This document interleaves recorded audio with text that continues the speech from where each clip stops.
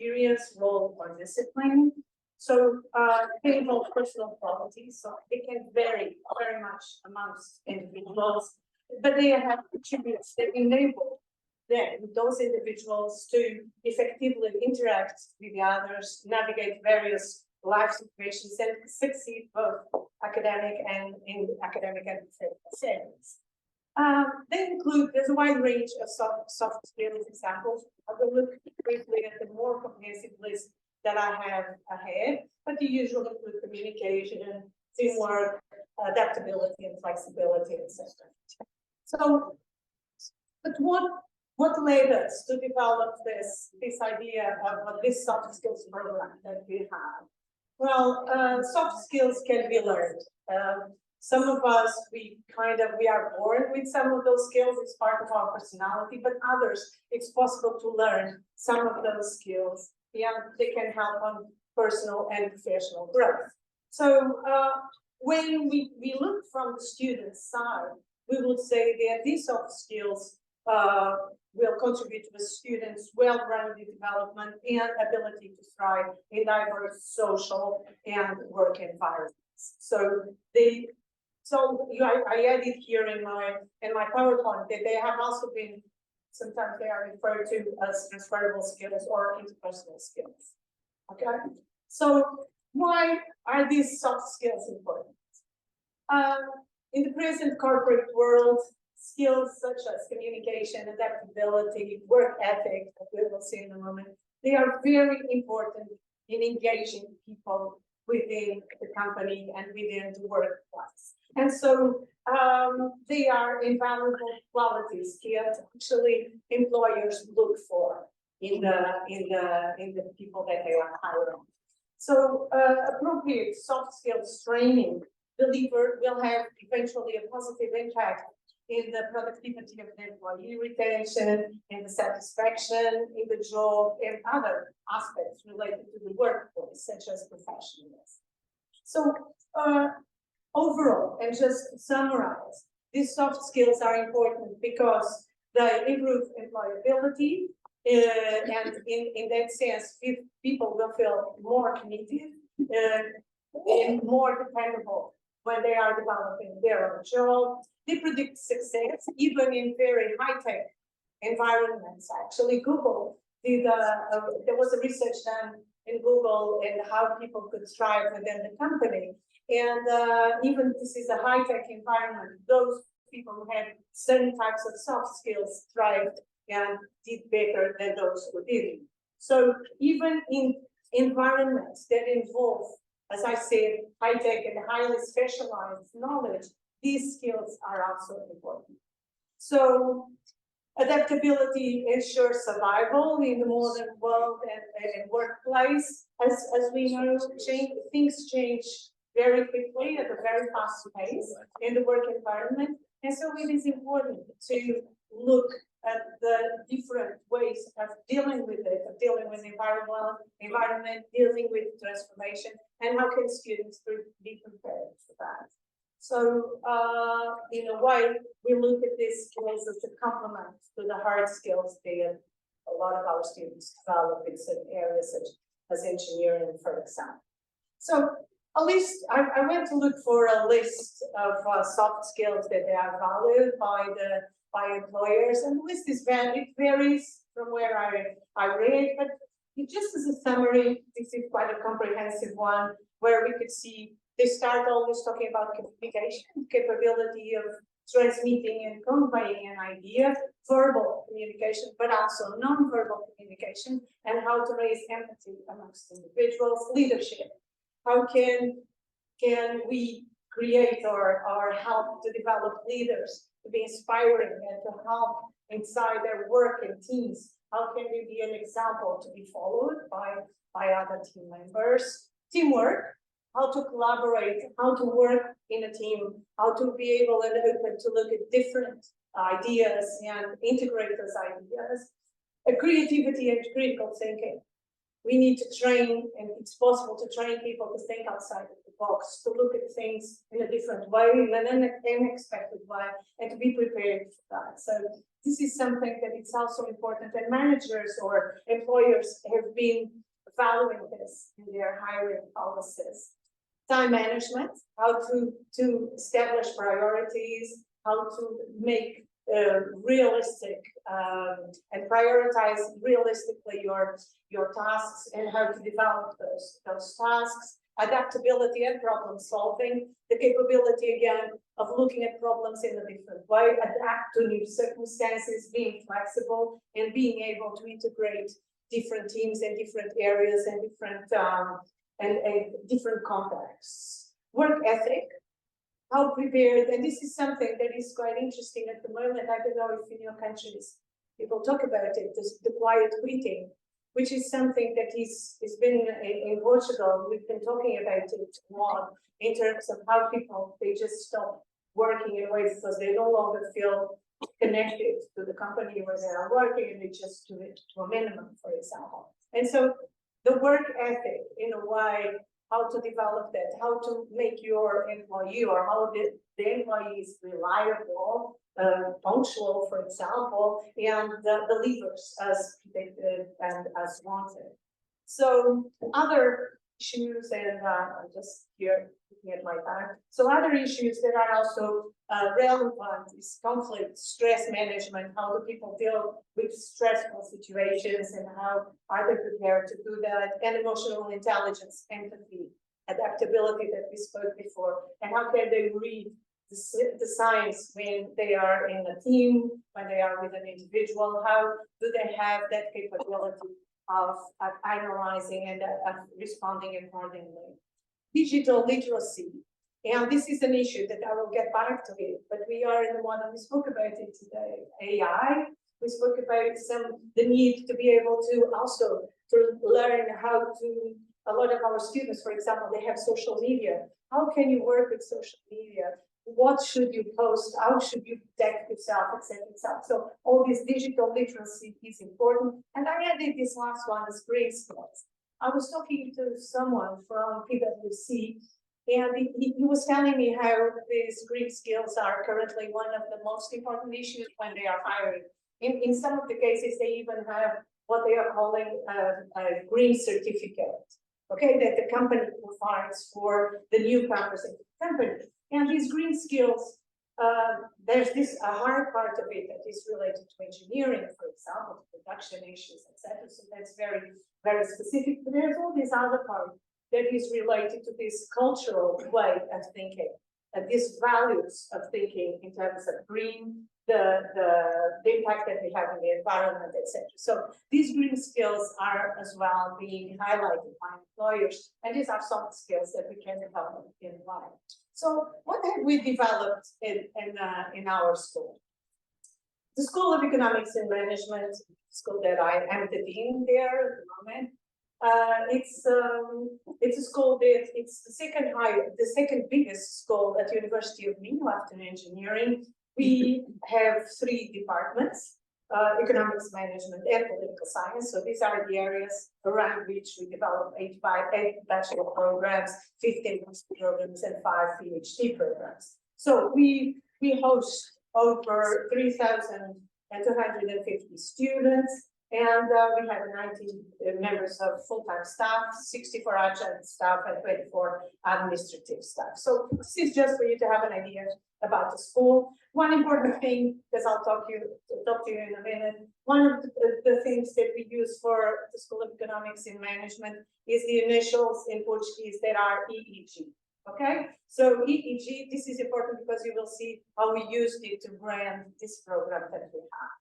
So we have a few learning initiatives. We are looking at the student journey throughout the presence at the university and with us. We have a few internationalization, EEG generating skills. That's the one that I will talk to you most today. But we have also EEG Going Pro, which is for going to the job market. EEG Data Pro, this is for data analysis. We developed actually some of our initiatives related to data analysis as business partners that we work with. Some managers told us this is a skill that they think it's important for the students. And we also have the guiding our way, which is again developing the student and this bridge with the marketplace. So I will focus on the second one, EEG generating skills. And what did we do? We created a brand. We actually called it EEG generating skills, which is a transferable skills development program. We have two big groups of activities that we organize, workshops and talks or sessions. So what are the workshops? These workshops combine the presentation of practical content with its immediate application in order to promote the development of transferable skills. So we do this in areas such as career development and job search, leadership, interpersonal relationships, problem solving. I'll show you some examples. So you have a list here about creativity, leadership, conflict management, teamwork, communication, problem solving. And these are a few workshops that we organize. Just out of curiosity, for example, at the moment we have workshops that the students can enroll and register on employment interview. These are for the bachelors, working in a team, again, professional ethics, the path to employability and organizational success,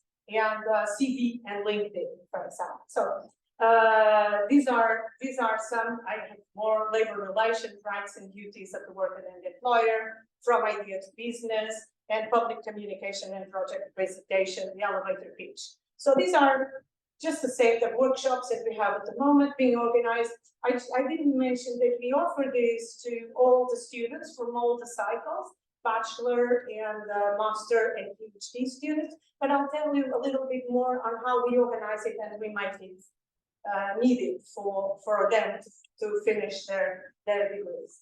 We also have talks that I mentioned to you, sessions that we organize, and these we have different types like CEO talks, alumni talks, EEG Connect, job sessions. I'll describe them very briefly, field days and the business side. So we organize all these events, if you want, like the CEO talks. It's when we invite CEOs to come to local from the area to come to the university and tells us about the school that tells us about their professional experiences, how they inspire others through their work and dedication. So basically, we want people to tell us about, or these CEOs to tell us about their experience. EEG Connect, it's when we have presentation of civil society, that organizations and projects that either companies or any organization or even individuals develop that could be inspiring for the students, and we invite them to come over. Alumni talks, which are alumni, our former students who for some reason now develop a certain type of interesting and important work, and they can be an example and they can share, because they will be future colleagues with these students, and so it's a way to share their own experiences. Our Erasmus talks, we are also concerned about the students. We want them to internationalize themselves, so we sometimes bring students who attended Erasmus and they have this international experience. We ask them to come. Job sessions is when we have organizations coming to present about their employment opportunities and explain what they actually seek in graduates and what they are looking for. We have field days, which are visits to different companies or organizations for the students to look at the reality of organizations and employees. And we also have the business day.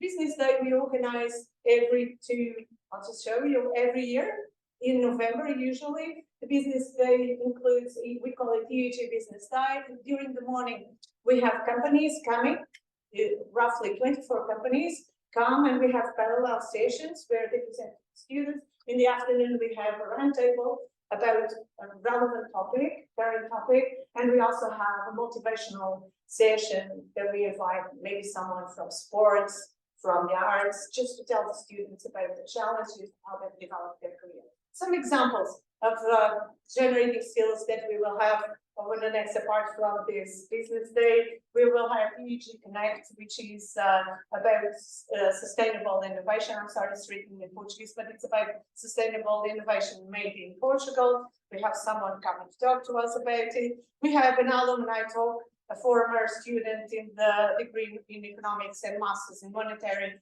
banking and financial economics. She's coming to talk to the students. So this is just some of the activities that we have. But how do we also organize this and make the students participate?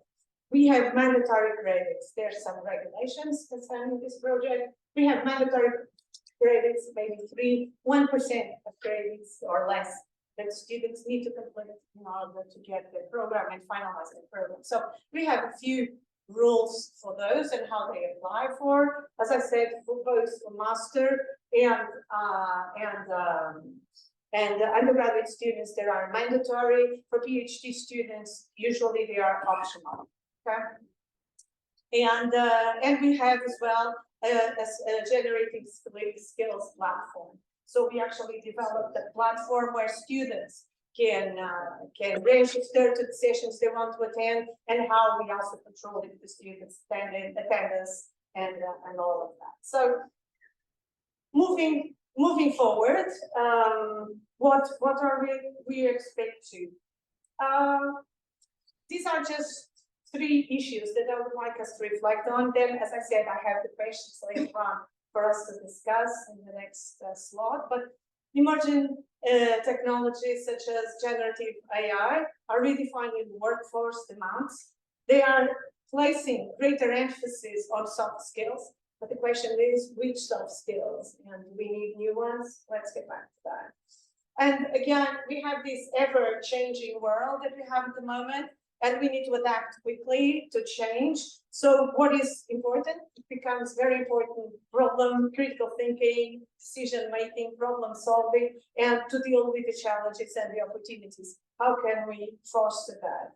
And we had the health crisis. We are under extreme conditions at the time. We have wars in Europe or near Europe. So things are changing very dramatically. So it's important that students and people can work in teams, can communicate well, either remotely or face-to-face. How can we foster that? So basically, this is just a program that I'm just running out of time. This is just a program that I wanted to present to you. I don't know, Marie, Jose, if we have time just for 1 or 2 questions if people have, and then I'll just leave the final questions for you to. And this is my thank you.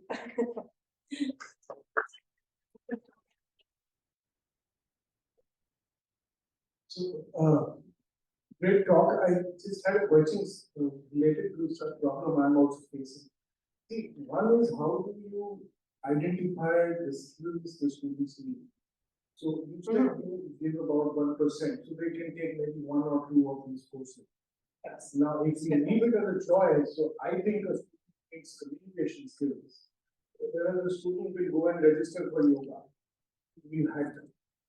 So we have to tell them, no, you go there. Now that identifying and telling them is one part. Second, how do you restrict it to 2? For us, it's 2 courses.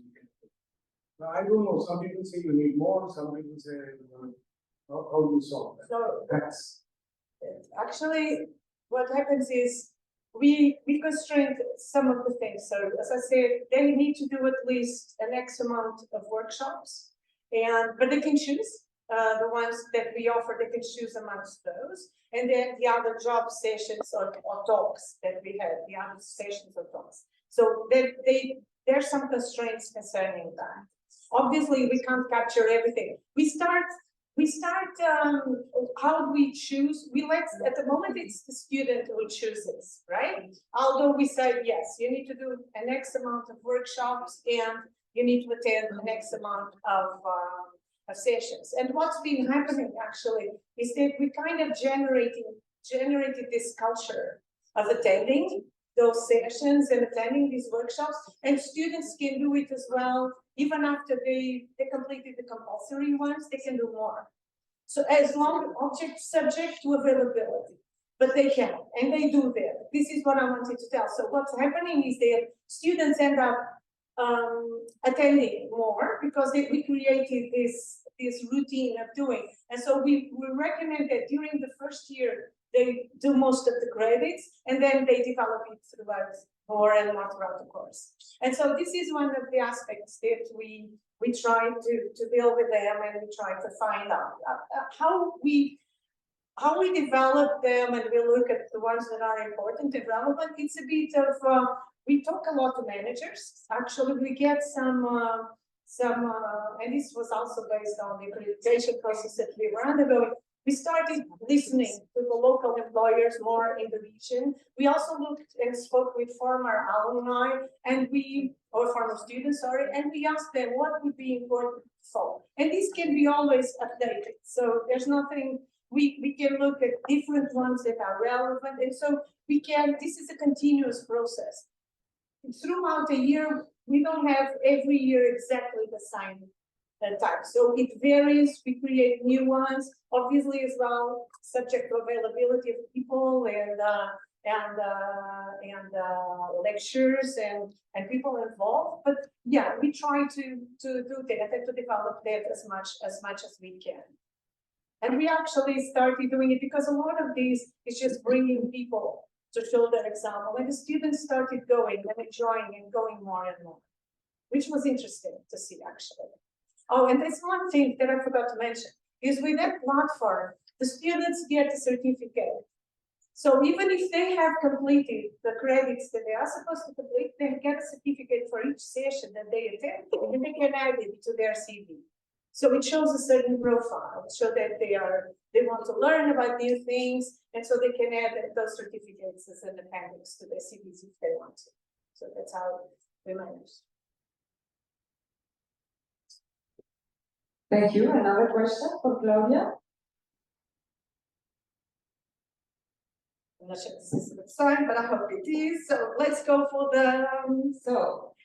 Now Mike is going to introduce the Innovation Sparks rule. Okay.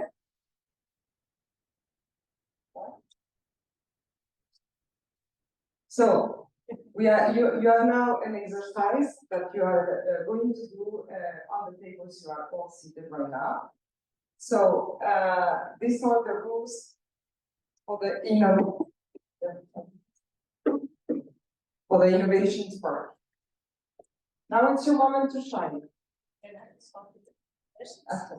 After the rules. Now it's your moment to shine. We invite you to share your innovation ideas and experience on the topic, share methods you've experienced with or observed, which you find effective and innovative for teaching soft skills.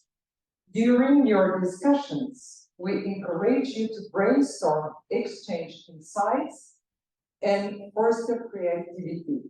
After your discussions, we kindly request that you condense your thoughts into a brief 2-minute video that one of you for each table will record with this phone, okay?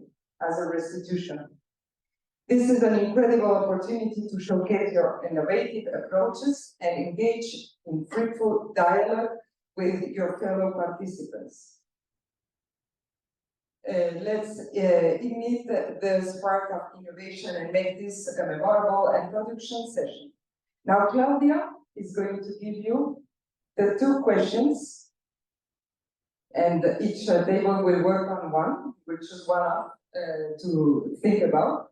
So, Cláudia? Okay, so the 2 questions are, how does my school, this is a reflection to look at your own schools and your own faculties and how they develop the students' soft skills. If is it only within the normal modules or do you develop it in different ways? Well, I showed you the program that we have. Maybe you have different ways of doing it as well. So how do you do that? How can it be improved? What can be extended, for example? And question 2 is how the needs for soft skills may evolve or change in the future. And the question here is, will we need new soft skills or new ways of using existing soft skills? So impact of AI, extreme situations and constraints that suddenly become as unpredictable and managers need to deal with. So how can we think about that? And how can we help our students in developing those skills? So this is the second question. Thank you, Cláudia. So let's work 45 minutes each group. You choose one of the questions done by Cláudia. After you design one of you in each of the tables, you record 1 minute video with the thoughts as retribution, and you will send this video to me or to Steve by WhatsApp. Okay, and after we will put on the website, etc. Okay, so let's go. Thank you. Yes, thank you very much, Cláudia. Thank you very much. We'll look briefly at the more comprehensive list that I have ahead, but the usual include communication, teamwork, adaptability and flexibility, etc. So, but what led us to develop this idea of this soft skills program that we have? Well, soft skills can be learned. Some of us, we are born with some of those skills, it's part of our personality, but others, it's possible to learn some of those skills. Yeah, they can help on personal and professional growth.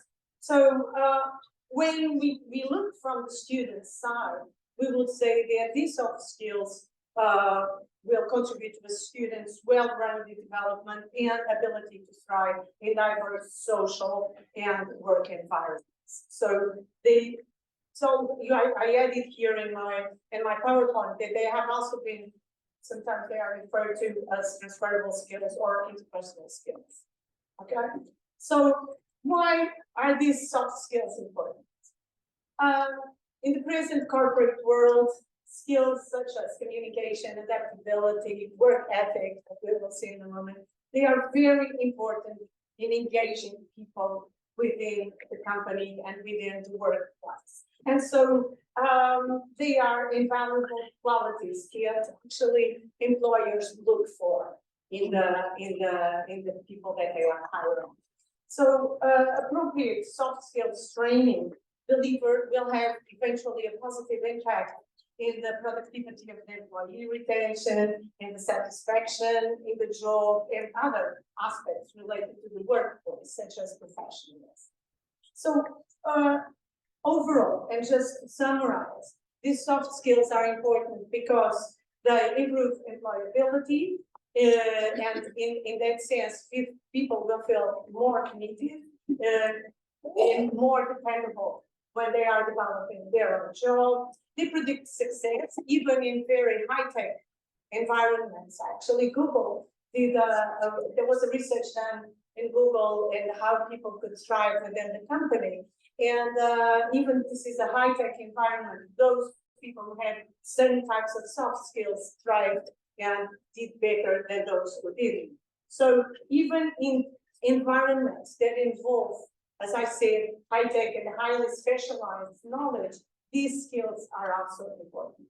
So adaptability ensures survival in the modern world and workplace. As we know, things change very quickly at a very fast pace in the work environment. And so it is important to look at the different ways of dealing with it, of dealing with the environment, dealing with transformation, and how can students be prepared for that. So in a way, we look at these skills as a complement to the hard skills that a lot of our students develop in certain areas such as engineering, for example.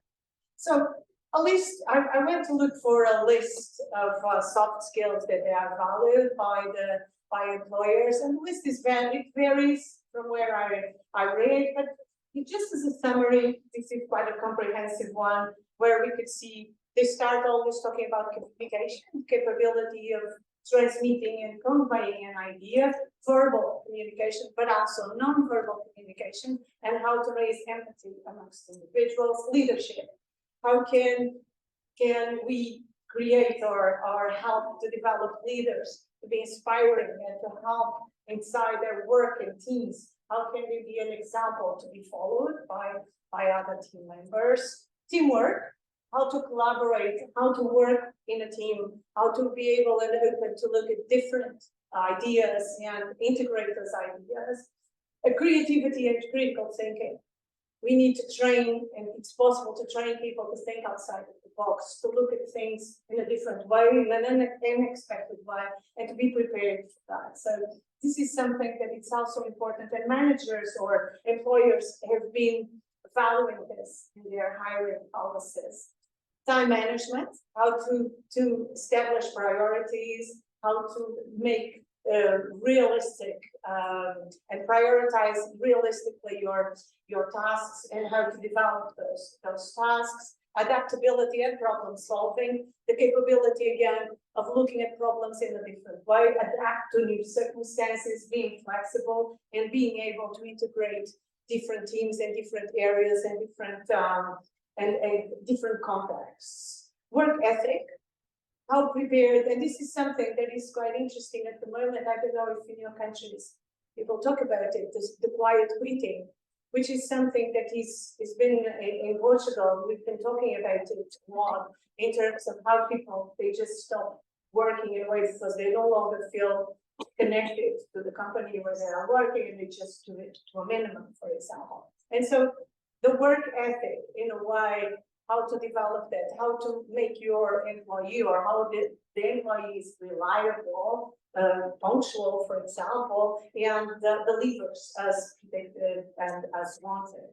So other issues, and I'm just here looking at my time. So other issues that are also relevant is conflict, stress management. How do people deal with stressful situations, and how are they prepared to do that? And emotional intelligence, empathy, adaptability that we spoke before, and how can they read the signs when they are in a team, when they are with an individual? How do they have that capability of analyzing and of responding accordingly?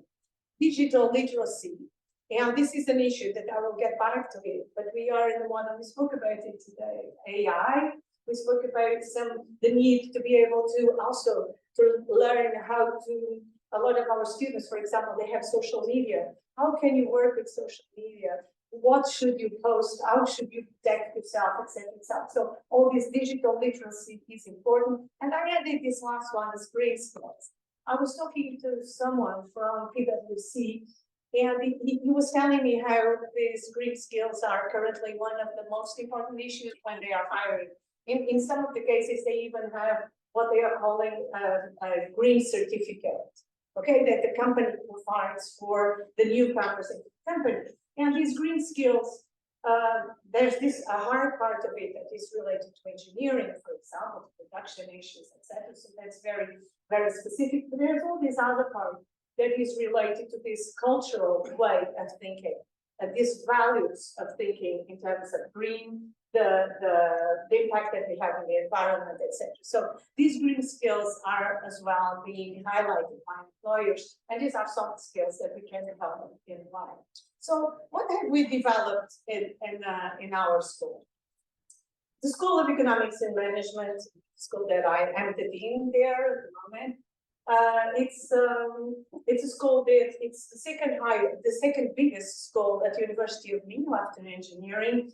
We have 3 departments, economics, management, and political science. So these are the areas around which we develop 8 bachelor programs, 15 master programs, and 5 PhD programs. So we host over 3,250 students, and we have 19 members of full-time staff, 64 adjunct staff, and 24 administrative staff. So this is just for you to have an idea about the school. One important thing, because I'll talk to you in a minute, one of the things that we use for the School of Economics and Management is the initials in Portuguese that are EEG. Okay, so EEG, this is important because you will see how we used it to brand this program that we have. So we have a few learning initiatives. We are looking at the student journey throughout the presence at the university and with us. We have a few internationalization, EEG generating skills. That's the one that I will talk to you most today. But we have also EEG Going Pro, which is for going to the job market. EEG Data Pro, this is for data analysis. We developed actually some of our initiatives related to data analysis as business partners that we work with. Some managers told us this is a skill that they think it's important for the students. And we also have the guiding our way, which is again developing the student and this bridge with the marketplace. So I will focus on the second one, EEG generating skills. And what did we do? We created a brand. We actually called it EEG generating skills, which is a transferable skills development program. We have two big groups of activities that we organize, workshops and talks or sessions. So what are the workshops? These workshops combine the presentation of practical content with its immediate application in order to promote the development of transferable skills. So we do this in areas such as career development and job search, leadership, interpersonal relationships, problem solving. I'll show you some examples. So you have a list here about creativity, leadership, conflict management, teamwork, communication, problem solving. And these are a few workshops that we organize. Just out of curiosity, for example, at the moment we have workshops that the students can enroll and register on employment interview. These are for the bachelors, working in a team, again, professional ethics, the path to employability and organizational success, and CV and LinkedIn, for example. So these are some. I have more labor relations, rights and duties of the worker and employer, from idea to business, and public communication and project presentation, the elevator pitch. So these are just a set of workshops that we have at the moment being organized.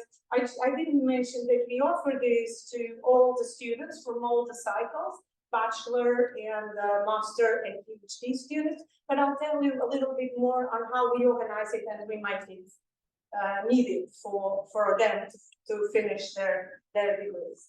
We also have talks that I mentioned to you, sessions that we organize, and these we have different types like CEO talks, alumni talks, EEG Connect, job sessions. I'll describe them very briefly. Field days and the business side. So we organize all these events, if you want. Like the CEO talks, it's when we invite CEOs to come to local from the area to come to the university and tells us about the school that tells us about their professional experiences, how they inspire others through their work and dedication. So basically, we want people to tell us about, or these CEOs to tell us about their experience.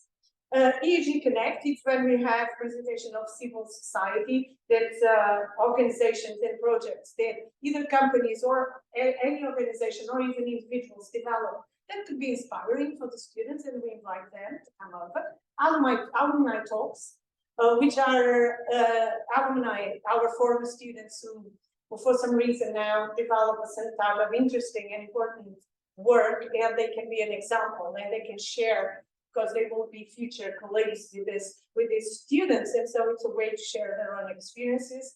Our Erasmus talks, we are also concerned about the students. We want them to internationalize themselves, so we sometimes bring students who attended Erasmus and they have this international experience. We ask them to come. Job sessions is when we have organizations coming to present about their employment opportunities and explain what they actually seek in graduates and what they are looking for. We have field days, which are visits to different companies or organizations for the students to look at the reality of organizations and employees. And we also have the business day. Business day we organize I'll just show you, every year in November usually. The business day includes, we call it EEG Business Day. During the morning, we have companies coming, roughly 24 companies come, and we have parallel sessions where they present to students. In the afternoon, we have a roundtable about a relevant topic, current topic, and we also have a motivational session that we invite maybe someone from sports, from the arts, just to tell the students about the challenges, how they've developed their career. Some examples of generating skills that we will have over the next, apart from this business day, we will have EEG Connect, which is about sustainable innovation. I'm sorry, it's written in Portuguese, but it's about sustainable innovation made in Portugal. We have someone coming to talk to us about it. We have an alumni talk a former student in the degree in economics and masters in monetary banking and financial economy. She's coming to talk to the students. So this is just some of the activities that we have. But how do we also organize this and make the students participate? We have mandatory credits. There's some regulations concerning this project. We have mandatory credits, maybe 1% of credits or less that students need to complete in order to get the program and finalize the program. So we have a few rules for those and how they apply for, as I said, for both a master and undergraduate students, they are mandatory. For PhD students, usually they are optional. Okay, and we have as well a generating skills platform. So we actually developed a platform where students can register to the sessions they want to attend, and how we also control if the students attendance and all of that. So moving forward, what are we expect to? These are just 3 issues that I would like us to reflect on. Then, as I said, I have the questions later on for us to discuss in the next slot. But emerging technologies such as generative AI are redefining workforce demands. They are placing greater emphasis on soft skills. But the question is, which soft skills? And we need new ones. Let's get back to that. And again, we have this ever-changing world that we have at the moment, and we need to adapt quickly to change. So what is important? It becomes very important: critical thinking, decision-making, problem-solving, and to deal with the challenges and the opportunities. How can we foster that? And we had the health crisis. We are under extreme conditions at the time. We have wars in Europe or near Europe. So things are changing very dramatically. So it's important that students and people can work in teams, can communicate well, either remotely or face-to-face. How can we foster that? So basically, this is just a program that I'm just running out of time. This is just a program that I wanted to present to you. I don't know, Marie, Jose, if we have time just for 1 or 2 questions if people have, and then I'll just leave the final questions for you to. And this is my thank you.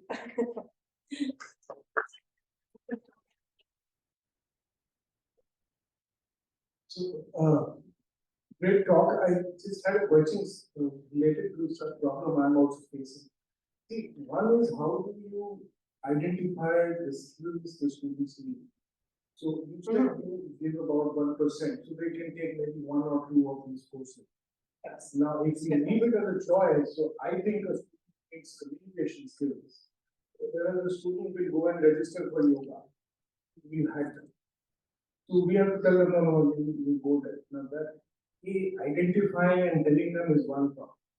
Second, how do you restrict it to 2? For us, it's 2 courses.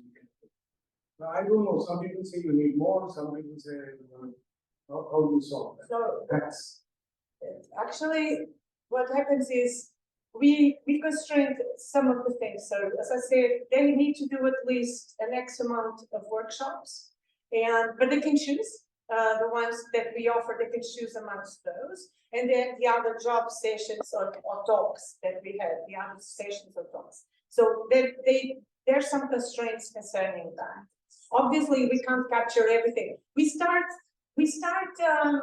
How do we choose? At the moment, it's the student who chooses, right? Although we say, yes, you need to do an X amount of workshops and you need to attend an X amount of sessions. And what's been happening actually is that we kind of generated this culture of attending those sessions and attending these workshops, and students can do it as well. Even after they completed the compulsory ones, they can do more. So as long as subject to availability, but they can, and they do that. This is what I wanted to tell. So what's happening is that students end up attending more because we created this routine of doing. And so we recommend that during the first year, they do most of the credits, and then they develop it throughout more and more throughout the course. And so this is one of the aspects that we we try to deal with them and we try to find out how we develop them, and we look at the ones that are important and relevant. It's a bit of, we talk a lot to managers. Actually, we get some, and this was also based on the accreditation process that we were undergoing.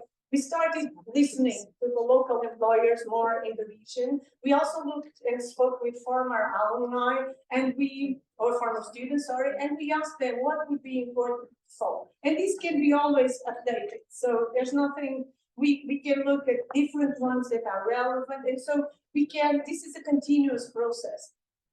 Throughout a year, we don't have every year exactly the same type. So it varies, we create new ones, obviously as well, subject to availability of people and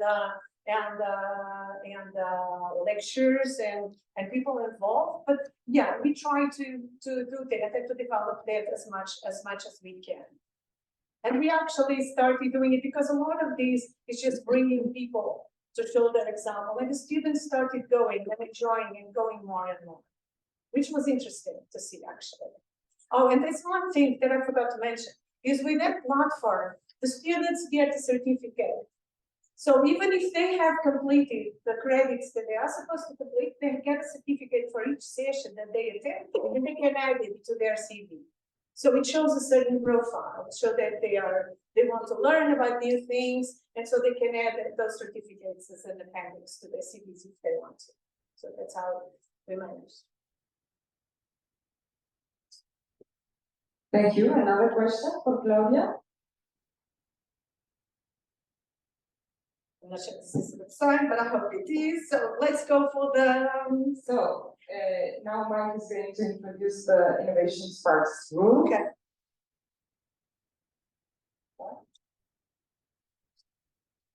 So you have now an exercise that you are going to do on the tables you are all seated right now. So these are the rules for the Innovation Spark. Now it's your moment to shine. After the rules. Now it's your moment to shine. We invite you to share your innovation ideas and experience on the topic, share methods you've experienced with or observed, which you find effective and innovative for teaching soft skills. During your discussions, we encourage you to brainstorm, exchange insights, and foster creativity. After your discussions, we kindly request that you condense your thoughts into a brief 2-minute video that one of you for each table will record with his phone, okay? As a restitution. This is an incredible opportunity to showcase your innovative approaches and engage in fruitful dialogue with your fellow participants. Let's ignite the spark of innovation and make this a memorable and production session. Now, Cláudia is going to give you the 2 questions, and each table will work on one, which is one up to think about. So, Cláudia? Okay, so the 2 questions are, how does my school, this is a reflection to look at your own schools and your own faculties and how they develop the students' soft skills. If is it only within the normal modules or do you develop it in different ways? Well, I showed you the program that we have. Maybe you have different ways of doing it as well. So how do you do that? How can it be improved? What can be extended, for example? And question 2 is how the needs for soft skills may evolve or change in the future. And the question here is, will we need new soft skills or new ways of using existing soft skills? So impact of AI, extreme situations and constraints that suddenly become as unpredictable and managers need to deal with. So how can we think about that? And how can we help our students in developing those skills? So this is the second question.